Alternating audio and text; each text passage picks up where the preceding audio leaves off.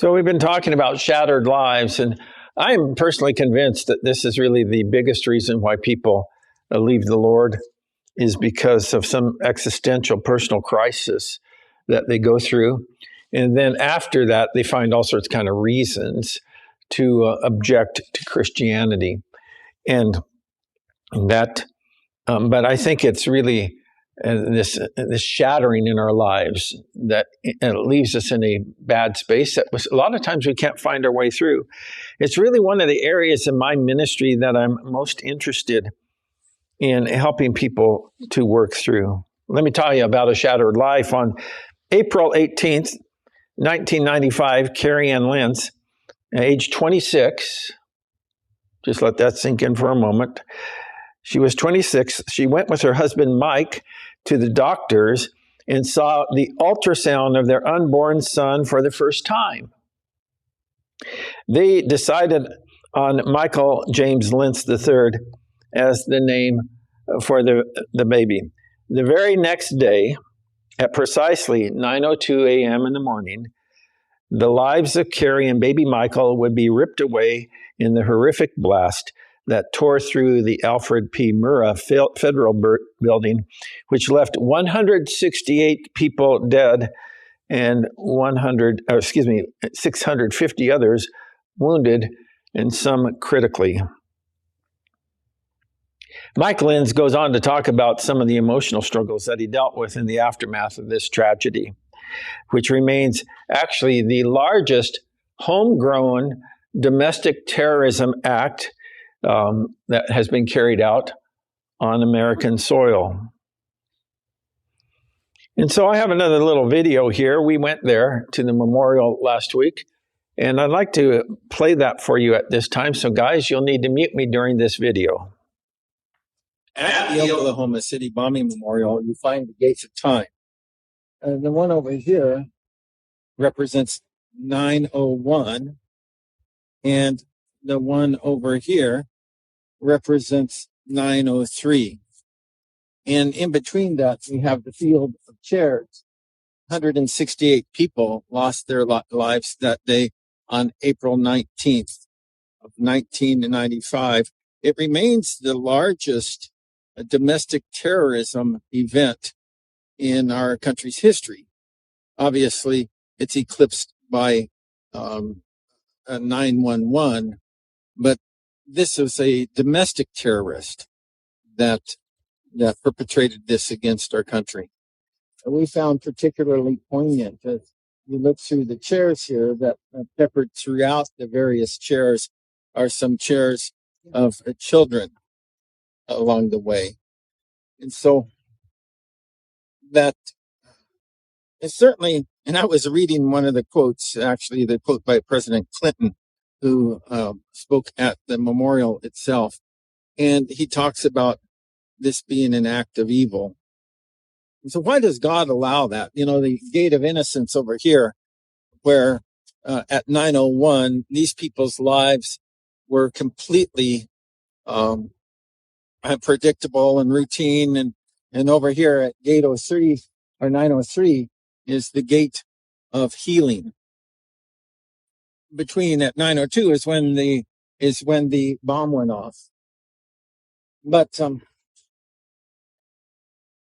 and that act of evil any act of evil disrupts our world. And so we have a choice to make. Are we going to live in the past? And certainly we need to remember what has gone on. Or are we going to move forward towards our healing? And that's why they decided to memorialize 903, is that's when the healing began. We have a choice to make about when our healing is going to begin following the great tragedies of our lives. And why not let it be right in the aftermath of that, begin that process? So it's a sobering place to come and think about it. I want to talk a little bit more about that as we go along, but I wanted at least share this particular aspect of this tragedy with you. You know, everybody has a 902 moment in their lives. that where the life that you had gets completely blown up. It might be through the infidelity of your spouse, or maybe it's being terminated from your job, or maybe it's a split or problem in the church. It might be a diagnosis of cancer, heart disease. That's what happened. That's what brought us actually out to Oklahoma. Was a friend of ours that he had received the diagnosis of his cancer, and then a month later he was dead. And so the entire world of his wife and his children had been blown up, so to speak. It's a 902 moment that we go through those, we face those in our lives. Maybe financially, you lose your nest egg, or your plans for the future, or your dreams, or whatever it is. Everybody has a 902 moment. But not everybody lives a 903 lifestyle. And I love the memorial. I thought they did an excellent job with it. There's a few things that I would kind of like tweak, but you can only do so much with a memorial. But I love the idea of the 901 gates, the gate of innocence, because that's when life is predictable, and that's where life is going along the way that we want it to go. That's where our plans are coming together, and our families are healthy and happy, and everything is working according to plan. But interestingly is that we all walk through that gate of innocence into 902, where our worlds blow apart. And I've heard it so many times where people say, I want my old life back. But you can't get your old life back. So the only thing that's left for you, well, actually, the only good choice that's left for you is whether or not you're going to live a 903 lifestyle. But some people, they get stuck.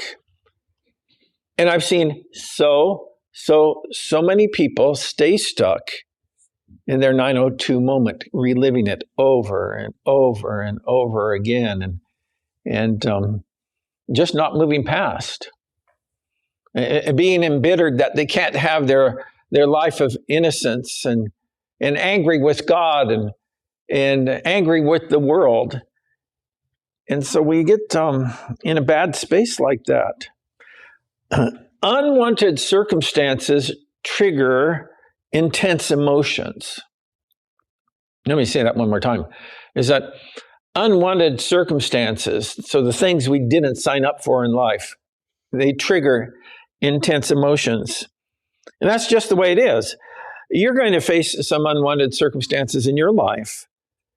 But the only way to deal with those unwanted circumstances, to effectively deal with those unwanted circumstances, is learn how to live a 903 lifestyle.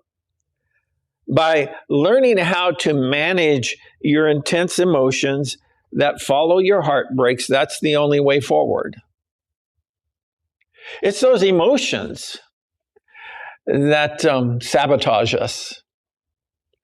It's those emotions, and that doesn't mean emotions are bad, because God has given them to us to enrich our lives and fill them in so many ways. But emotions can get so distorted and tweaked because of our circumstances.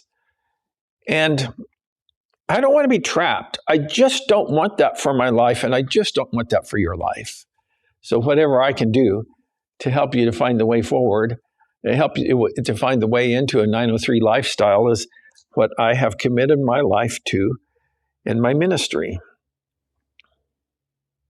In order to successfully live a 903 lifestyle, and to manage my intense emotions that Like Job, I will face my intense emotions.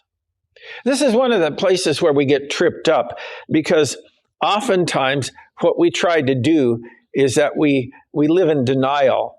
And God knows our hearts, but we try to pretend to the world around us that I'm okay when really I'm not. And so instead of dealing with our intense emotions, we suppress them and we deny them, and that we hold them back instead of really working through them. But what I have to do in order to truly be, and I think that this is really fundamental to being a spiritual person, is that I have to understand that I'm in good company. When I'm having emotions that overwhelm me, unpleasant, intense emotions that overwhelm me, that I'm in good company. Let me list a few Bible characters that when you read the scriptures carefully, you'll see that they expressed intense emotions, and even in very probing questions towards God. We have Job, obviously, is who we've been studying. But Elijah, the great prophet of Elijah, right after his Mount Carmel experience there in 1 Kings 18, that he moves into his 1 Kings 19 depression. And he just goes away and he just wants to die. And when it comes to God, he says, am I the only one? And I am the only one that's left who's faithful to you, God. Sometimes that may be how we feel in the world around us today, is that we just have this small band of followers that are faithful to God. But Jeremiah is another one, is that when my world blew apart a few years back, that it's interesting because I try to read through the Bible routinely, and that when that happened, I was reading through the book of Jeremiah, and and if you haven't gone through the book of Jeremiah, is that it's not a book that you necessarily want to go through when you're depressed, because it is really one of the most depressing. Jeremiah had the most depressing ministry of all of the prophets that I know of. Now, a lot of them have suffered in horrible ways, but Jeremiah, no matter what he did, that he was always met with resistance.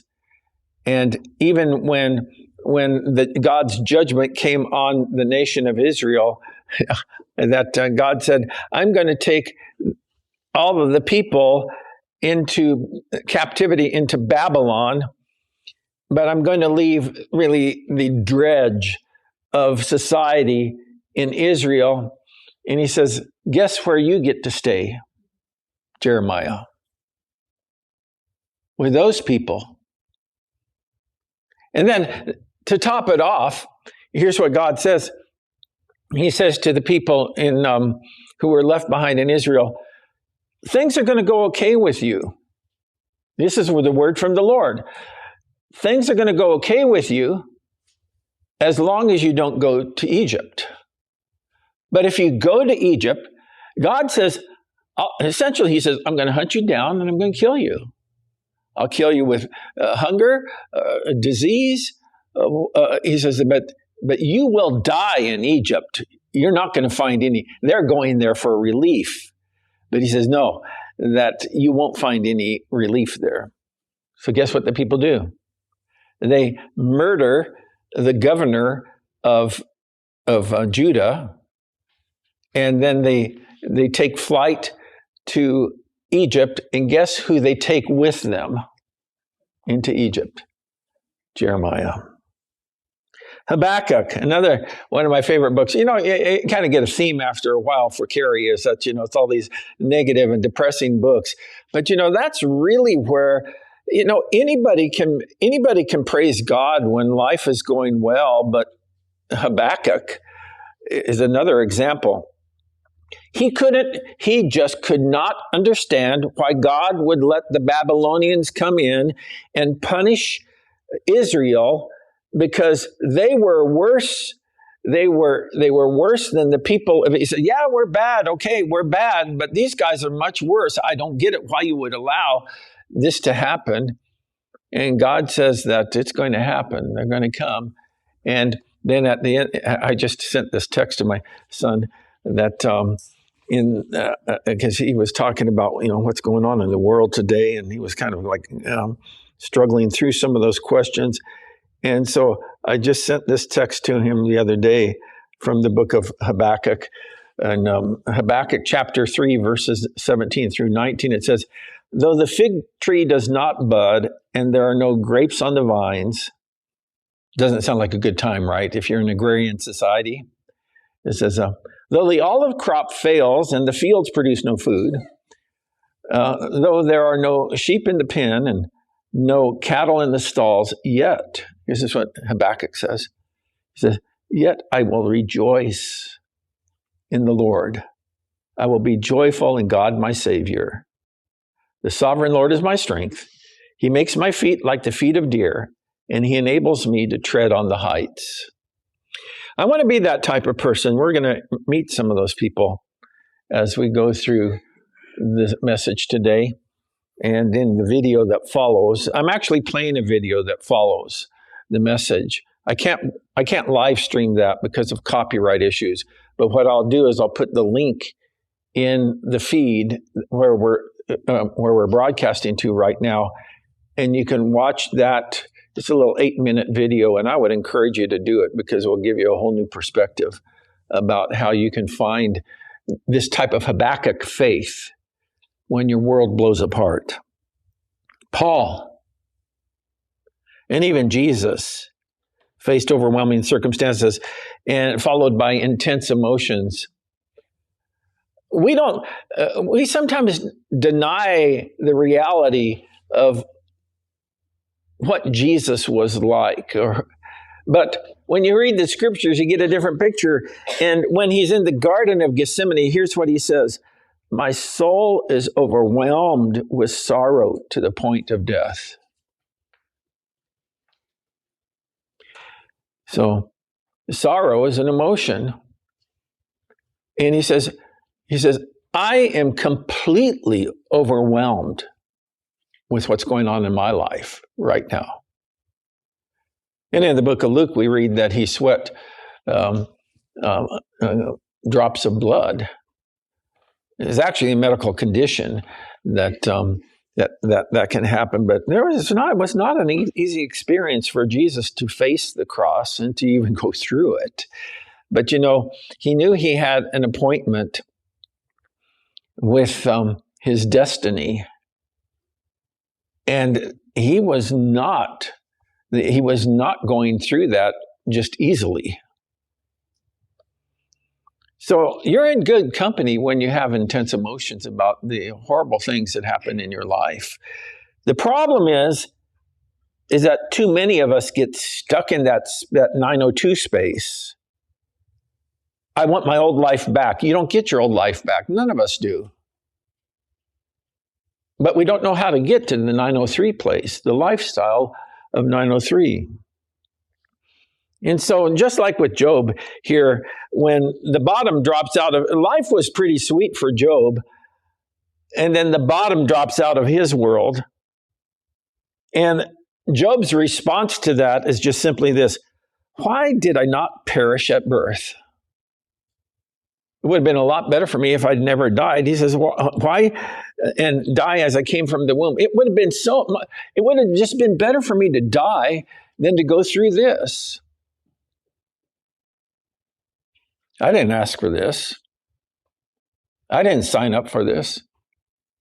I didn't ask to be born. And I've never heard anybody say stuff like that when life is going according to expectations. But it's when problems erupt in our lives, problems that are bigger than our ability to deal with, is that we get into that space that I'd just soon not even be alive. The book of Job is a good template for actually the Oklahoma City National Memorial. It's when you really think through what's going on in the book of Job, it's really, I know there was a time in my life, and probably not too long ago, where I would never say that the book of Job is a wonderful story, but it really is. When you really even this morning, as I was getting ready for church, my mind started to be flooded with other topics with respect to what's coming in our study in the book of Job. And I thought, man, this is such good stuff. Now, it took me 70 years to get to this space, But hey, why not listen? Why not listen to someone who's kind of like at least walked down that path far enough, and you can weigh whether or not anything I have to say is of any value, and decide for yourself. But the book of Job follows the same pattern that's reflected at the Oklahoma City National Memorial. The book, and by the way, one of the things I started researching these people, because I hear about these things and I start kind of collecting information, and that so I was researching it, and you'd be amazed how many Christians, how many people who went through how many Christians perished in the Oklahoma City bombing, but how many Christians went through the horrible aftermath of that. Christians. Now you have to really think about that for a minute. These are Christians who love the Lord just like you do, and in the case of Mike Lenz, his wife and baby are ripped away from him in a moment. These are Christians. And so, but the book begins with Job walking through the gate of innocence. His life was really, really sweet. And then he enters into his 902 moment. And so Job, starting off, life is good, but then his suffering begins. And then Job's world blows apart. And he's trapped in that 902 moment, that 902 experience where life is bad. And the bulk of the book of Job is really Job's exploration of this, the horrors of what he's dealing with. But finally, Job at the end is that he walks through his gate of healing. And I think our understanding of the book of Job, I know my understanding of the book of Job was so superficial and trivial. And I hope to really open up your minds and your hearts to maybe some deeper insights into what's going on here. But he finally gets to the place at the end of his life where his life is redeemed. And it's not because he gets his stuff back. That's not how life gets redeemed, because you can't replace the children that you've lost. You can't replace those, however long it was for Job to go through that experience of suffering. That you can't replace those days or those months or whatever it was. You cannot replace those. So it's not just about getting stuff. There's something so much more profound going on at the end of the book of Job than what I ever considered before. But Job becomes a template for us on how to manage our intense emotions following our major heartbreaks. And to do that, I have to express my intense emotions. You see, first point in our message is that I have to face that. And we don't get a vote on what suffering we're going to experience in life. I didn't get a vote. You don't get a vote.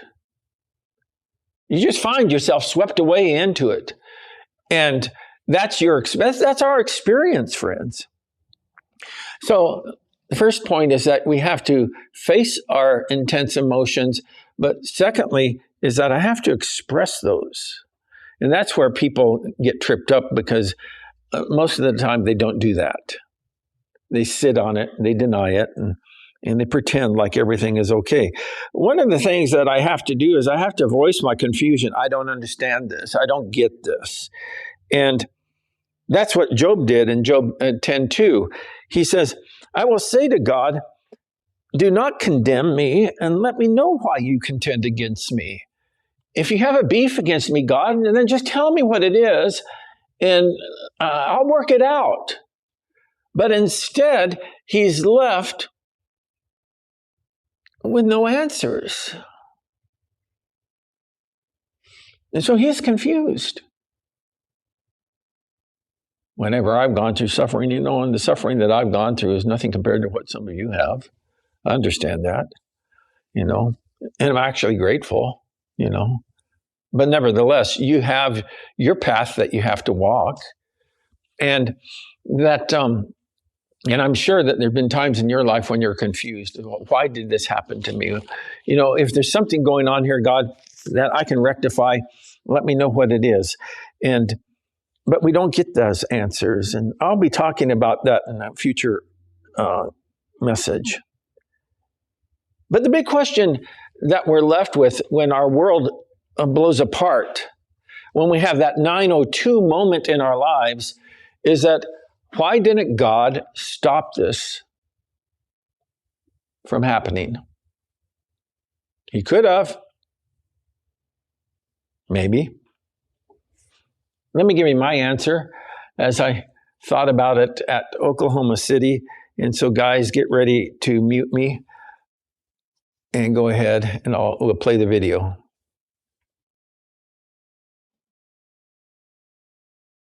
Why didn't God stop Timothy McVeigh? I mean, he could have. He could have stopped him before he purchased the materials that he used for the bomb.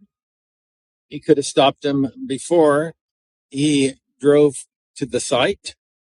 He could have even prevented him from ever being born. So why didn't God stop Timothy McVeigh from perpetrating this evil on so many people?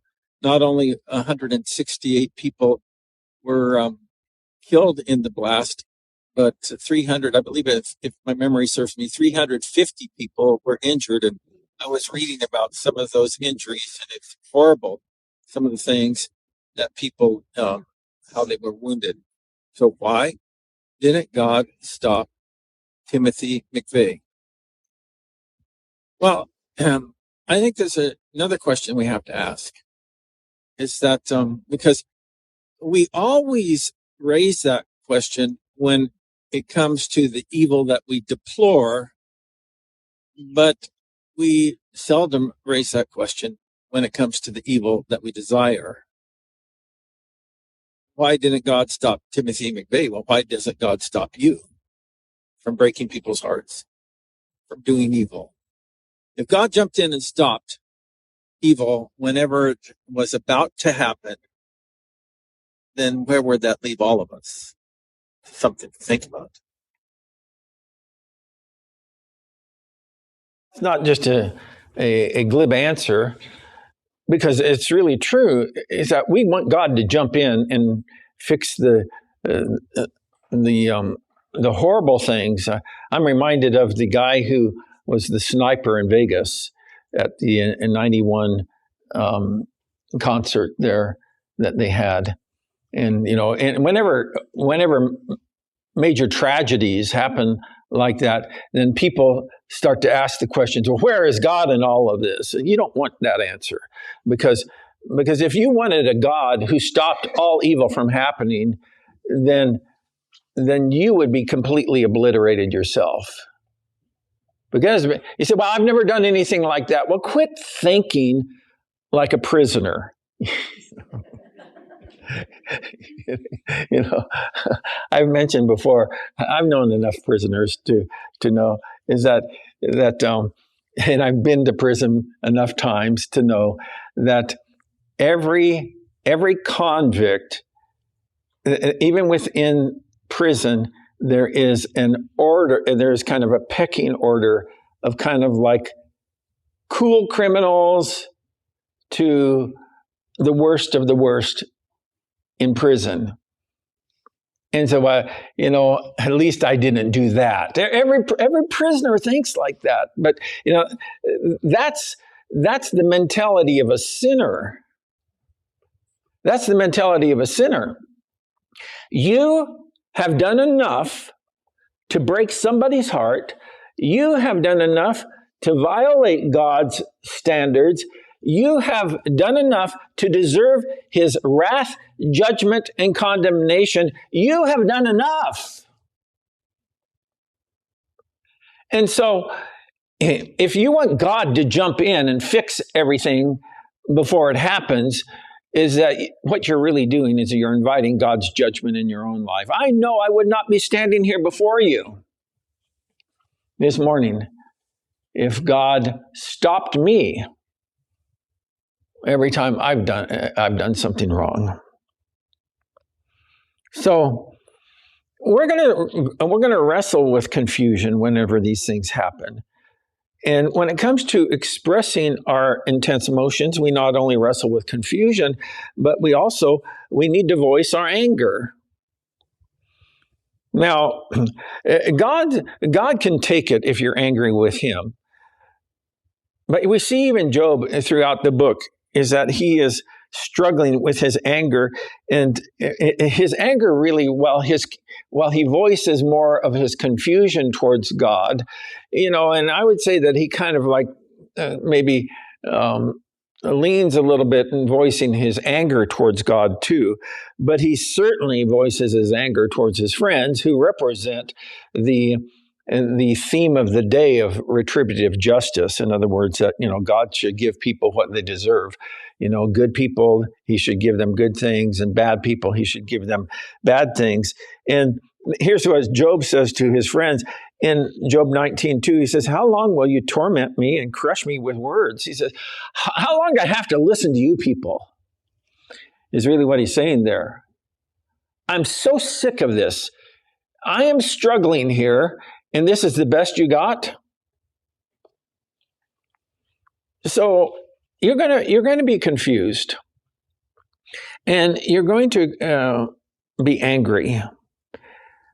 I love this quote from C.S. Lewis. I've read various works of C.S. Lewis, but I read A Grief Observed. I actually read this book, but it's one of those things that the quote never did register with me until I prepared for this message. And here's what Lewis says: Not that I am, I think, in much danger of ceasing to believe in God. By the way, the occasion for his writing of A Grief Observed? It was after Lewis was a long-time bachelor, and he finally found a woman who was the love of his life. It was just really a sweet romance type of thing. And I can't remember why she died, but I just know that she did. It was a cancer. Yeah. And so Lewis was bereft of this wonderful person in his life. And he says this: not that I am, I think, in much danger of ceasing to believe in God, because he had worked through a lot of this stuff. I got to tell you about a guy I know. But the real danger is coming to believe such dreadful things about him. The conclusion I dread is not, so there's no God after all, but so this is what God is really like. Deceive yourself no longer. And a lot of times Christians, we think about God as being harsh or cruel or, punitive, mean, and it's really hard to kind of like understand. Because these things, evil, when you really think about evil, what it does is it not only clouds our spirit, it clouds our judgment. Because I can thoroughly sympathize with those who lost loved ones in the Oklahoma City bombing. But you know what? Some of those people who survived it live with the life-limiting reality of their injuries every single day. Because it's not like you have fatalities and then, minor injuries type of thing. Is that some of them actually did come through pretty much unscathed. But there are some people that every moment of their life since April 19th, which was, the 29th anniversary of the Oklahoma City bombing was just a couple days ago, is that every single day of their life, they're reminded of that, how their lives have changed forever. I read about some of the injuries. I'm not going to share with you, some of them, But so evil clouds our judgment. It causes us to struggle in our hearts, but it also blinds our judgment to what God is really like. And this is why so many people turn against God. Is it because they have an existential crisis that leads to the intellectual doubt? I think that's typically the path. The existential crisis. Why did God allow me to lose my eye, to lose my arm, to lose my leg, to lose my hearing? Why did God allow me to lose my face? Why did he allow these things in my life? So there's this existential crisis that leads to intellectual doubt. I told you about a guy I know, is that he had one of these C.S. Lewis love relationships with his wife. He's a Christian apologist that I've interviewed in the past. Douglas Grothice is his name. And that his wife was an editor, I believe. And he's written a number of books, a very intelligent guy, a great spirit about him. And his wife got early onset dementia. And he was the primary caretaker for her, and he just saw this person of vitality and intellect and giftedness just wither away slowly until she dies. And he told me, when I was talking to him about this, he told me, he says, it's a good thing that I had the foundation of faith that I had. Because this existential crisis that we experience oftentimes causes people to go into this dark direction. Maybe your kids or your spouse or your grandkids are struggling with that themselves. I have to express my intense emotions, and that includes my isolation. Job himself. And when you're going through problems, other people don't get it. And that's what he says in Job 19, 13 and 14. He says, he has alienated my family from me. My acquaintances are completely estranged from me. And I'm walking through this alone is what I'm doing. Each heart knows its own bitterness, and no one else can share its joy. Proverbs 14:10. This picture, by the way, I found particularly poignant, is that the execution of Timothy McVeigh is that the typical witness chamber for the execution, he died by lethal injection, and you can read about that too. It's all over, and you can read the stories about it. But they had to have a live video feed into an overflow room for all the people who came to witness the execution. And this picture is that moment when survivors are watching that. But later in his victim impact statement at Timothy McVeigh's trial, this is before his execution, Mike Lentz, remember he's the guy whose wife and baby died in one fell swoop. He says, I went from being a husband and a daddy to realizing it was all gone. There's no one coming home. No one going to be in my driveway. So that was his experience. He testified to that. And I also have to not only face my intense emotions and express my intense emotions, but also answer them, because that's the only way you get to 903. And I do that by struggling through my suffering. You see, Job's struggle did not end in a moment. Actually, it was through his struggle that he eventually got to his 903 lifestyle. Mike Lentz knows this firsthand. Here's what he says. There was a point when I actually stuck a pistol in my mouth. I couldn't pull the trigger. Thank God.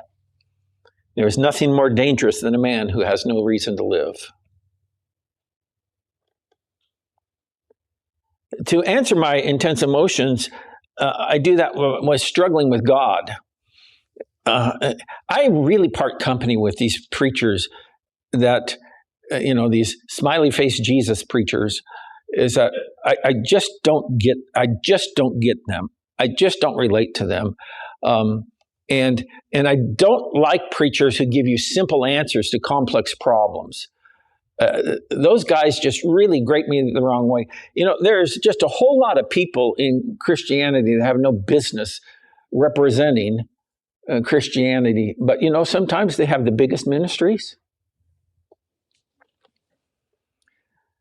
Job's struggle was primarily a struggle with God and his fairness. That's really at the heart of Job's struggle. Such struggles are part of the difficult journey before you can get to your 903 lifestyle. Why do they prosper when I'm suffering? Timothy Keller, he actually died within the last few months of cancer himself, a Christian apologist and writer. He says this: a faith without some doubts is like a human body with no antibodies in it. People who blithely go through life, too busy or indifferent to ask hard questions about why they believe as they do, will find themselves defenseless against either the experience of tragedy or the probing questions of a smart skeptic.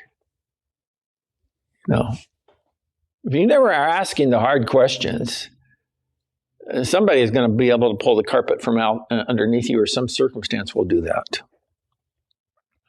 And I do that also by struggling with my confidence. And I hope I can communicate this concept clearly to you. But I love this passage in Job 13:15, where Job says this: though he slay me. So if God just ends my life through this experience, he says, I will hope in him. Now, that's a rock solid type of faith. I'm telling you right now. And that's a rock solid type of faith, that even though you got your confusion and you got your anger and all of that background noise, he says that there's just something that I know about God that this experience is not going to take away from me. And I like what he says. Now, I think I understand this passage correctly, but I might be wrong. He says, though he slay me, yet I will hope in him. Or it says, I will hope in him, and yet I will argue my ways to his face. Isn't that cool? That Job has that type of relationship with God, that when if I stand before him, I'm going to just argue my ways to your face. You're going to have to explain yourself to me, God. I'm going to talk about that in a week or two, but it's funny, I think. John Piper says this: not only is all your affliction momentary, not only is all your affliction light in comparison to eternity and the glory there, but all of it is totally meaningful for the believer. It's totally meaningful. So, when it comes to living a 903 lifestyle, everyone, all of you guys, everybody who's watching, is that you're going to have a 902 moment in your life. When your world gets blown apart And everything that the life that you loved is going to be ripped away from you. But not everyone walks through the gate of healing. And that's the real tragedy. That's the biggest tragedy in all tragedies, is that not everyone walks through the gate of healing to a 903 lifestyle. Some people stay stuck. I know people like that. Some people stay stuck in loss and bitterness. Some allow that evil to define and defeat them. But that's no good way to live. I will find a good way forward. I will live my 903 lifestyle.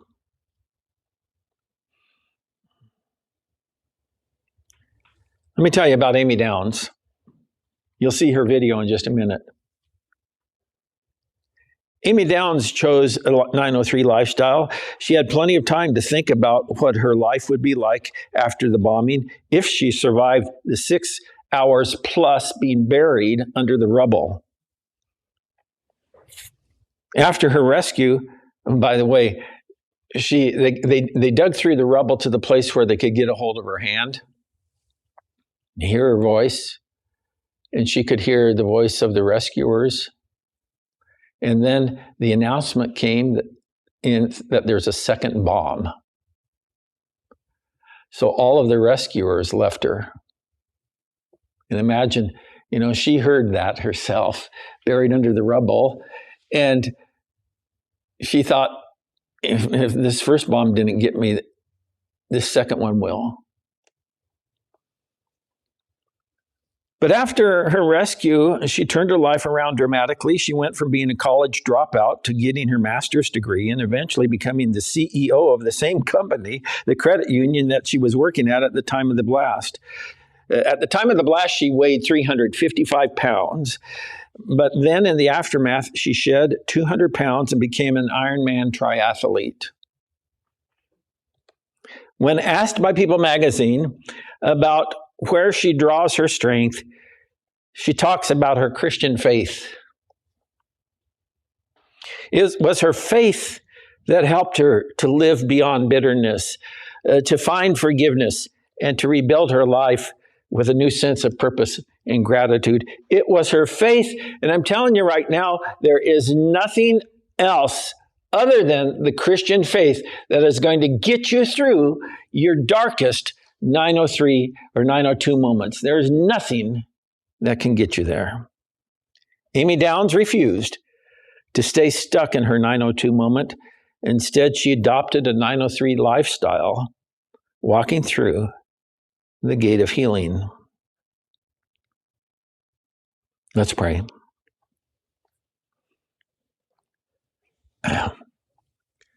Father in heaven, we recognize that you know better than us the difficulties of this life and the struggles that we face and the toll that it takes on us. But we're asking for your help through all of this to find our way to a 903 lifestyle. Help us to be able to seek healing, to not settle for the emotional or intellectual confusion that evil does its work in our lives, but instead experience a new type of grace that's born from suffering. We ask this in Jesus' name. Amen.